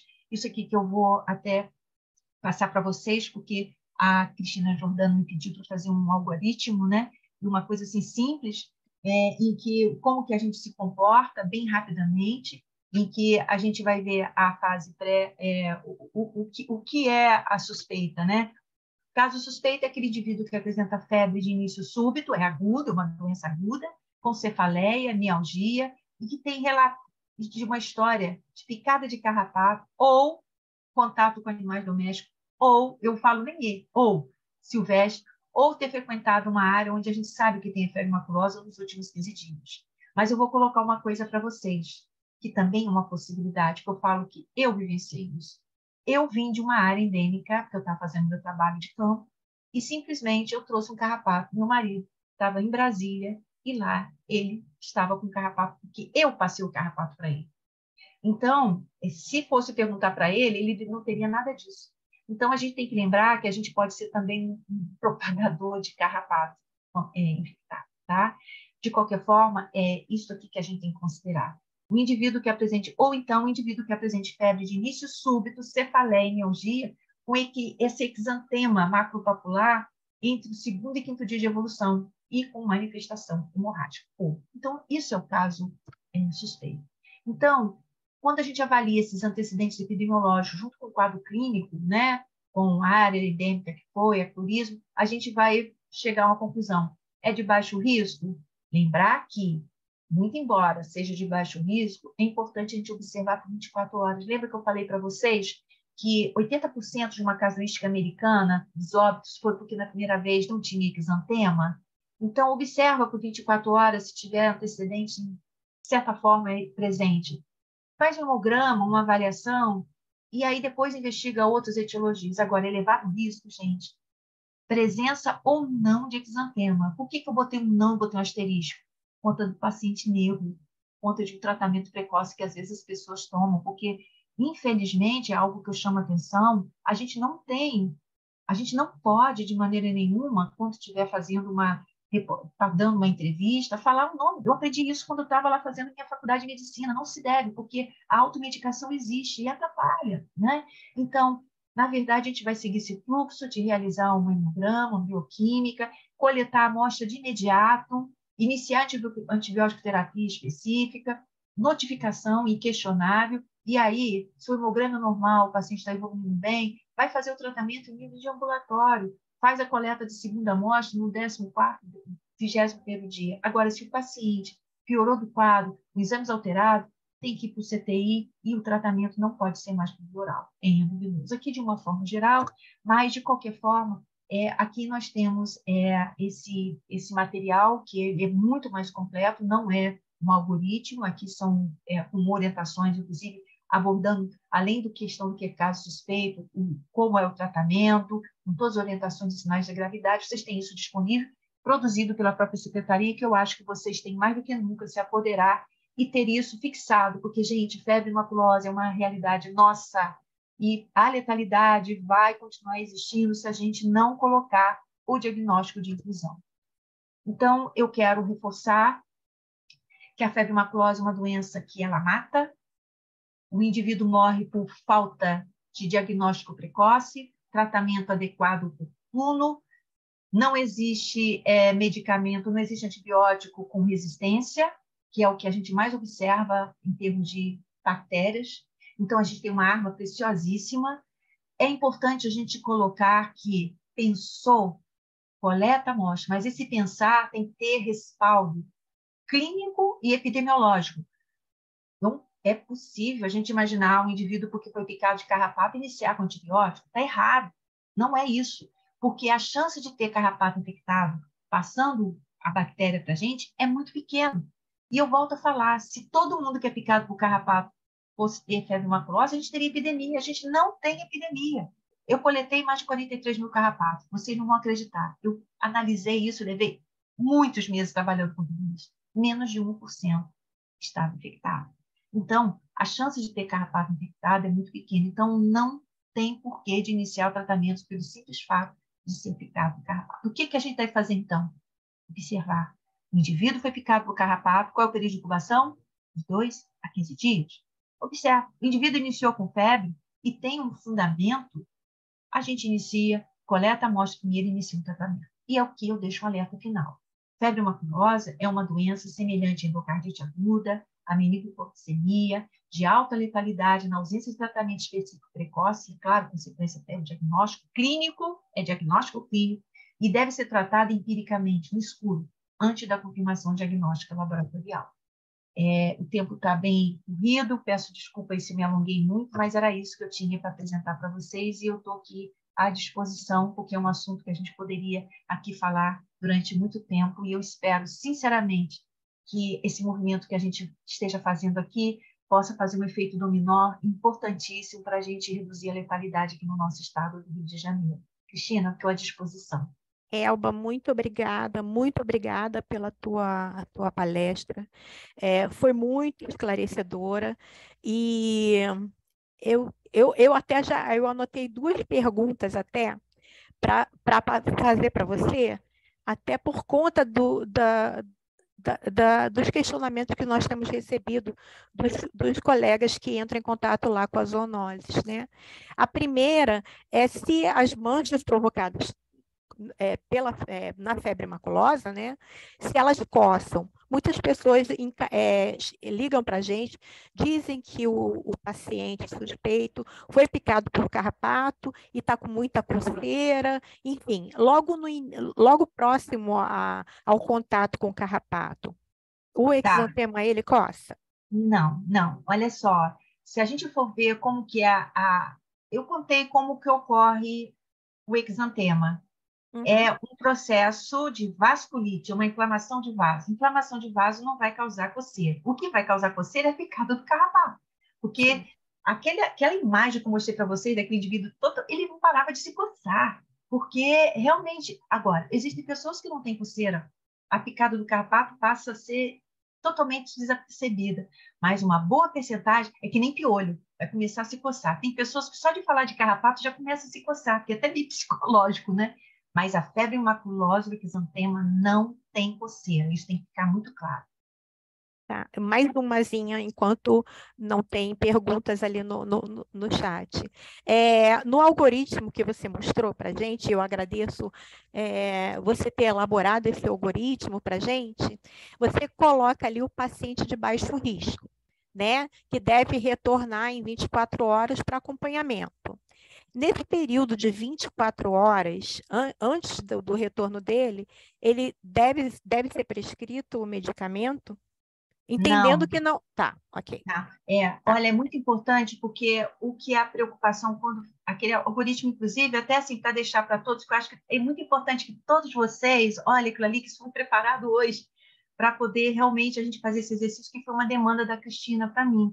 Porque, na verdade, esse algoritmo é só para poder nos orientar, porque quando se trata daquele laranja, que são os casos, né, que a gente está fazendo um alerta, tudo bem, mas aquele outros casos que podem passar despercebido. É aquele que chegou no segundo dia de doença com uma febre, parecendo com dengue, mas tem uma história, né, que você fica assim na dúvida. O que você faz? Faz esse indivíduo voltar, que vai dar 24 horas para você fazer uma avaliação, porque eu estou lembrando daquela casuística americana, que 80% vai a óbito porque não tinha um exantema. Essa que é a preocupação. Por isso que eu botei lá em cima com e sem exantema, porque se não tem exantema, ele vai estar desse outro grupo. Então, volta para ver se deu tempo. E é claro que se você está avaliando um paciente que já está no 5º dia de doença, já é diferente, né, gente? 5º dia de doença, você já parte do princípio que vai ter exantema. Mas, e o negro?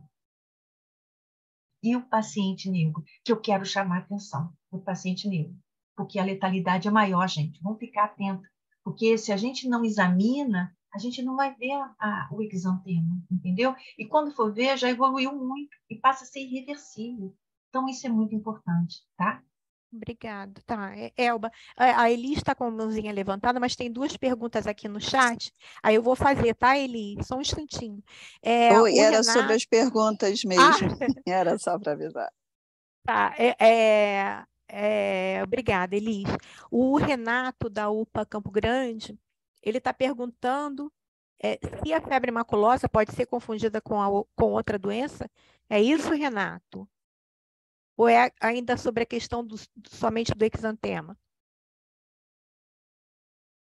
Você está com um som, o Renato? Pode falar?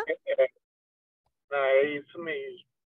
Queria Ah, saber se Renato. ela pode ser confundida com outra doença. Ah, Renato, posso responder direto, Cristina? Renato, é Claro, tão claro. importante você estar fazendo essa pergunta que vai reforçar. Eu falo que é uma doença, como ela não é frequente, ela não está na pauta. Eu falo que não está no cardápio. Até eu brinco, não está no cardápio do dia a dia, né? Que eu falo que o profissional de saúde ele é meio detetive em particular, né? Que o paciente chega para você e você tem que fazer um exercício e você tem que ter um cardápio de possibilidades, né? O que acontece? O início da doença, ela é igual a uma série de outras doenças mais frequentes, por isso que é um problema, entendeu? Porque é muito difícil, eu me coloco porque eu já trabalhei do outro lado, no atendimento. Então, o que acontece? Imagina em plena epidemia de dengue, você receber um paciente com febre, dor de cabeça, dor no corpo e com exantema. Você vai pensar o quê? Vai pensar no dengue.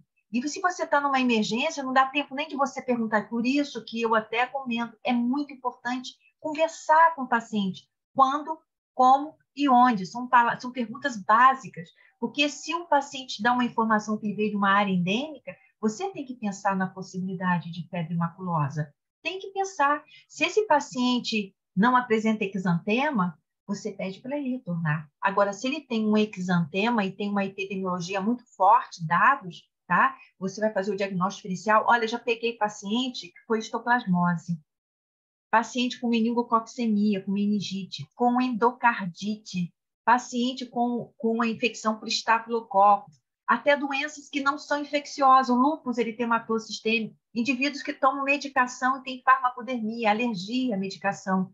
Então, para poder a gente conseguir separar isso, só conversando e examinando. Aí, o hemograma passa a ser importante, né? Porque a gente vai ver que, na maioria das vezes, você vai ter um hemograma que não tem uma leucocitose, não tem muitas células de leucócitos, mas pode ter plaqueta baixa, aí confunde com dengue novamente.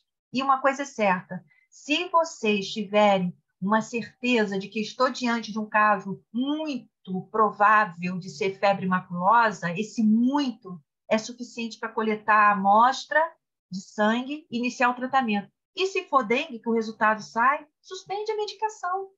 Não tem porquê da gente temer, porque agora, o que não pode acontecer, que é outro lado da moeda, por isso que o bom senso é muito importante, sair tratando todo mundo que foi picado por carrapato, porque não comporta. Está errado. Vão criar uma imensa confusão. Eu vou lembrar do doutor Drelli, é mais fácil sair do erro que da confusão. Começa a fazer antibióticos no escuro, de forma equivocada, e a gente vai começar a ter resistência. E aí? Que alternativa que a gente vai ter de tratamento? Espero ter respondido. Obrigada, Elba. Tem aqui uma mensagem. Obrigada. Tem uma mensagem aqui da Sara Haddad, ela não diz de onde ela é, mas ela parabeniza você pela excelente palestra e ela gostaria que você falasse novamente sobre as doses de antibiótico para crianças. O que você faz é 2,2. Ela é de Campos dos Goytacazes, está ali. O que acontece? A grande preocupação das pessoas é o uso da doxiciclina, da tetraciclina para criança, né? Mas já existe uma recomendação que você pode utilizar a doxiciclina 2,2 miligramas. Mas isso tudo aí a gente pode passar para você tranquilamente, tá? Em que a gente tem um tempo muito curto de tratamento. O problema da doxiciclina, da tetraciclina, é o tempo de uso, né? E a doxiciclina, ela não tem essa característica. O que acontece? Qual é o tempo de tratamento? Que é importante a gente falar. O que se preconiza são 7 dias, mas se você começa a tratar, o paciente fica sem febre com 2, 3 dias, você pode, com conforto, tirar, porque já teve uma resposta. Agora eu volto a colocar. Depende do período que você vai iniciar o tratamento. Porque se você iniciar o tratamento lá para o 10º, 12º dia, sinto muito. A chance de reverter vai ser praticamente zero. Por quê? Porque a bactéria já destruiu a parede do vaso, é irreversível. Mesmo dando a medicação, não vai ter jeito. Em relação ao flornopericol, fica entre 50 a 100 miligramas por quilo. 50 a 75 miligramas por quilo. Então, o que você faz? A preferência que a gente dá é para a doxiciclina. Se não tiver, a gente entra com clorofenicol, que não pode ficar acima de 2 gramas por dia. Ok? Obrigada, Elba. Peraí. Aqui, eu estou com problema com o mouse. Tem uma outra pergunta aqui, da Juliana Guimarães. Ela coloca assim, uma dúvida. Ao admitirmos um paciente com relato de ter ainda o carrapato ou os carrapatos infectados na pele, nós devemos encaminhá-lo para o isolamento? Não precisa não, porque, veja, o que se tem que fazer é retirar os carrapatos. Fazer essa pessoa tomar um banho com buchinha, tá? Para poder retirar. É importante que a roupa dessa pessoa, porque o que acontece? Muitas vezes não está aderido no corpo, está solto, ainda procurando, e também está na roupa. Então, é fundamental que, se essa pessoa vier repleta de carrapato, não é isolar, é simplesmente fazer com que essa pessoa tome um banho, de preferência com buchinha para retirar, porque o carrapato adulto a gente consegue ver. Mas existe como aquele que eu mostrei para vocês, que são aquelas formas mais jovens, que você não vai conseguir tirar um por um. E olha, com cuidado de se retirar. Existem coisas que você pode fazer, tá, para poder retirar. De qualquer forma, não tem transmissão pessoa a pessoa, então não tem porquê, de maneira nenhuma, você fazer isolamento. É claro que você vai estar atento, porque pode introduzir um carrapato no ambiente, tá? Mas se você já orienta as pessoas que estão ali para usar um repelente, para se autoavaliar, isso faz toda uma diferença. O uso de carrapaticida animal, essa coisa toda passa a ser muito importante, a importância é muito grande, tá? E lembrando, precisa de 3, 4 horas para o carrapato inocular, né? Então, isso já é um fator favorável para a gente, tá? Obrigada, Elba. A Sara, aqui ela tem uma outra dúvida, e ela confirma, né, que é de Campos. Ela gostaria de saber também como devemos retirar os carrapatos do corpo do paciente e também o que devemos fazer com ele, como matar, né? Como tirar, você até já comentou. Deixa eu só explicar para vocês. Não sei se eu vou conseguir mostrar aqui. Eu tinha até um carrapatinho que eu botei em 3D, mas já deixei ele na Fiocruz. O carrapato, vamos aqui meu dedo, né? Ele tem tipo uma tesourinha, ele introduz na pele e ele abre e fixa. Ele tem uma substância tipo cimento que ele fica mais grudadinho. Eu estou falando que é muito mais fácil retirar o adulto do que tirar a larva e a ninfa, porque são muito pequenos, né? E aí o que acontece? Você não pode puxar, fazer isso, porque vai quebrar e vai ficar uma parte do aparelho bucal do carrapato ali. E pode acontecer de ter um corpo estranho e ter uma infecção, que já aconteceu de ter até abscesso ali, porque o carrapato ficou com a parte ali. Então, você tem que fazer o quê? Você tem que fazer uma rotação para poder tirar. Agora, detalhe, não tirar, principalmente as meninas que fazem cutícula, né? Tirar com uma luva, com uma pinça, se puder, com a pinça, fazendo essa torção e puxando. Obrigada, Elba. E tem aqui, a Tatiana colocou, falando que ela é enfermeira da UPA de Engenho Novo, né? E que essa palestra foi excelente, e a participação dos enfermeiros com esse olhar, né, que você está dando aqui para a gente, é importante, porque como os enfermeiros, eles atendem os pacientes, né, eles tendo esse olhar, eles conseguem observar as coisas e até indicar o médico que está ocorrendo. E ela conta uma experiência dela de achar um carrapato preso nas costas de uma paciente que achava que era uma pintinha e não era, né? E já tinha uma vermelhidão e o prurido em torno dessa picada do carrapato, né? Então, e vários elogios, Elba, realmente. Que coisa boa. A sua aula é excelente. Eu queria aproveitar também para dizer que eu coloquei aqui no chat, eu compartilhei com vocês um arquivo, que é o alerta que nós na Secretaria emitimos. Nós emitimos todo ano, a gente atualiza ele, emitimos agora em maio, falando sobre esse período de maior ocorrência de casos, né, de febre maculosa. Está excelente, viu? Está excelente. Eu vi tem uma lida rápida, parabéns, está muito bacana, e vocês têm que fazer uma imersão nesse material aí, vale a pena. Obrigada, Elba. E assim, é muito também de andar com você e com os outros profissionais que a gente acompanha, né? Então, algumas informações nesse alerta são informações que a doutora Elba passou aqui para a gente, algumas. É lógico, lá não tem nenhum detalhamento, porque é um alerta, mas tem toda a bibliografia que foi consultada para a elaboração dele.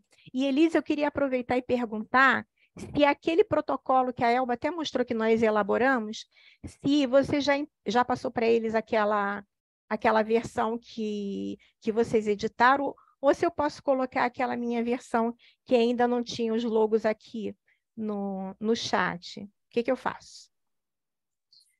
Oi, bom, antes de responder a sua pergunta, vou agradecer mais uma vez a doutora Elba, excelente apresentação e o carinho, disponibilidade de tempo, que eu sei que é complexo, né? A gente, nesse horário da tarde, 16 horas, ter essa disponibilidade, a gente já está aqui há 2 horas conversando sobre febre maculosa, então, mais uma vez, agradecer esse carinho de estar presente, de atender a nossa solicitação e conversar um pouco com os nossos profissionais. Em relação ao material, ele já está praticamente pronto, né? Na verdade, assim, hoje o pessoal da comunicação me mandou uma versão com logo, e aí eu preciso só pedir para vou passar para vocês aprovarem, e a gente vai mandar imprimir e disponibilizar nas unidades de saúde. Então, a gente vai mandar para todas as UPAs e para os 2 hospitais estaduais que a gente tem emergência de porta aberta, como a gente discutiu na reunião. Tá bom? Perfeito, é só realmente Elisa, obrigada. Uma questão de estética. A gente só está olhando a questão de estética, aí eu vou passar para vocês. A gente não colocou aqui exatamente por isso, então eu vou passar para vocês, e aí vocês me dando ok, ou então, não, olha, põe mais esse logo aqui, ou disponibiliza esse logo do lado esquerdo, enfim, né, esse olhar crítico da secretaria. E aí, depois de tudo aqui, a gente vai mandar imprimir. Eu já pedi 200 cópias, então a gente vai distribuir nas unidades. Vai ter uma cópia fixada na sala de classificação em risco e uma por consultório médico. Tá bom? Obrigada, Elis. Perfeito. Muito obrigada. Não, nós que agradecemos mais uma vez o contato. Elisângela, Cristina, posso fazer uma solicitação, se possível? Claro, claro.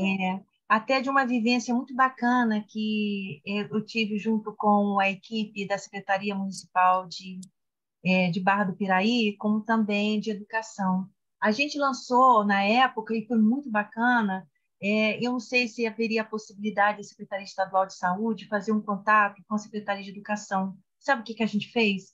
A gente lançou uma proposta e as 10 melhores redações sobre febre maculosa no município.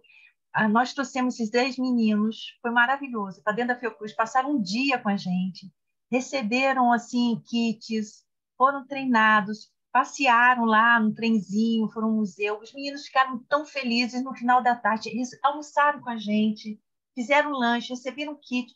E, assim, acho que é um exercício que seria muito bacana, não só para a febre maculosa, se houvesse uma integração com a Secretaria Estadual de Educação.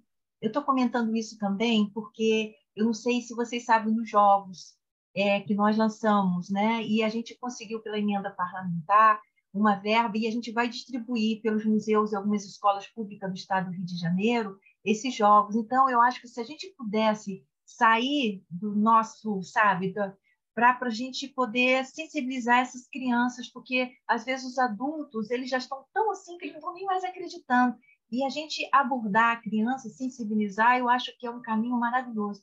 E eu falo isso porque foi uma experiência fantástica que nós tivemos no Barra do Piraí. Elba, esse primeiro contato, eu tive esse primeiro contato com a equipe da Fundação Estadual de Saúde, que foi, assim, foi muito produtivo, foi muito bom, e eu acredito que a gente possa fazer outras parcerias para dar outros treinamentos assim para os nossos colegas das unidades, né, de pronto atendimento para os hospitais, tanto de gestão estadual e mais tarde para os municipais também.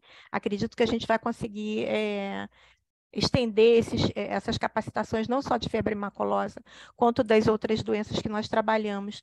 E eu queria agradecer a você mais uma vez pela tua disponibilidade, pela parceria de sempre, por essa aula esclarecedora. Cada vez que eu assisto uma aula tua, eu ainda consigo aprender mais. Assim, não tem limites.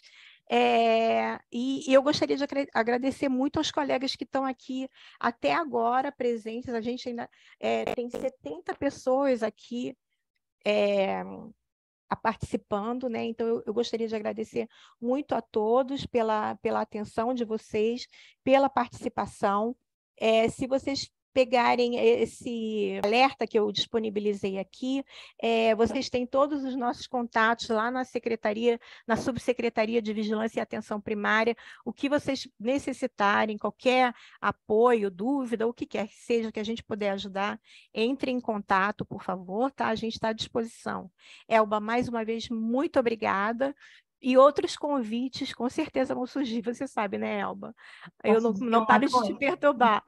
Não, posso dizer uma coisa, é um prazer. E olha, agradeço a todos vocês, e a Cristina é uma querida, competente, uma pessoa muito querida. Então, assim, eu não tenho como dizer não para ela. Além do mais, febre maculosa, é impossível dizer não, porque o que eu quero é ter certeza que daqui a um tempo, quando eu não estiver mais atuante, ter certeza de que a gente fez alguma coisa em prol de uma doença, gente, porque não tem porquê de estar morrendo. Coloque só isso, coloque só isso. É uma doença que só morre porque não se pensa nela, porque não se trata precocemente. Mas também tem que ter outro olhar, que é a preocupação da Cristina, que eu também concordo.